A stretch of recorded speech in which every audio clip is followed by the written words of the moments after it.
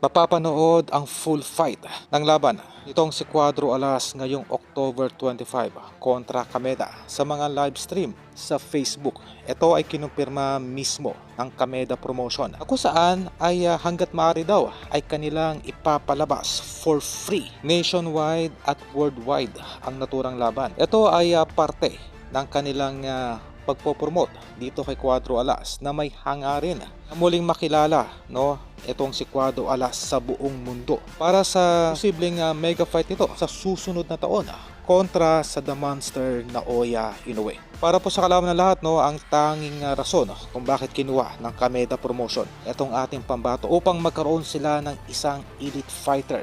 Dahil ang Kameda Promotion po hanggang ngayon ay hindi pa rin po nakakapag-produce ng isang lehitimong elite fighter. At itong si Alas ang kanilang ibabangga sa alaga ng Taken Promotion na walang iba kundi itong si Naoya Inoue. Ito ay isang exciting na senaryo na kung saan ang dalawang higanting promotion sa bansang Japan, ang Kameda at ang Taken Promotion ay magkakaroon ng kanilang pambato na paglalabanin sa susunod na taon. Ito yung paraan na kung saan ay minamadali ng Kameda Promotion ang paghahabol sa nasabing laban dito kay Naoya Inoue. Keep in mind po na supposedly sa December pa dapat yung laban ni Cuadro Alas kontra Kyonosuke. Ganun pa man ay ginawan po ng paraan upang mas mapaaga ang naturang laban. Ito nga po ay matutuloy sa 128 ang nasabing bakbakan.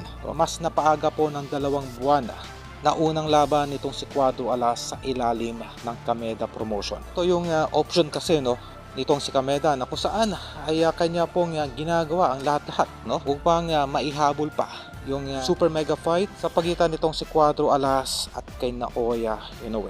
Dalawa na lamang po yung kailangan pang talunin ni Cuadro Alas after nitong si Kyonosuke. Una, ito ay kontra kay Alan Peter Picasso at dito kay Luis Neri upang magkaroon pa ito ng karagdagang exposure para sa posibleng matchup dito sa tinaguriang The Monster na si Naoya Inoue.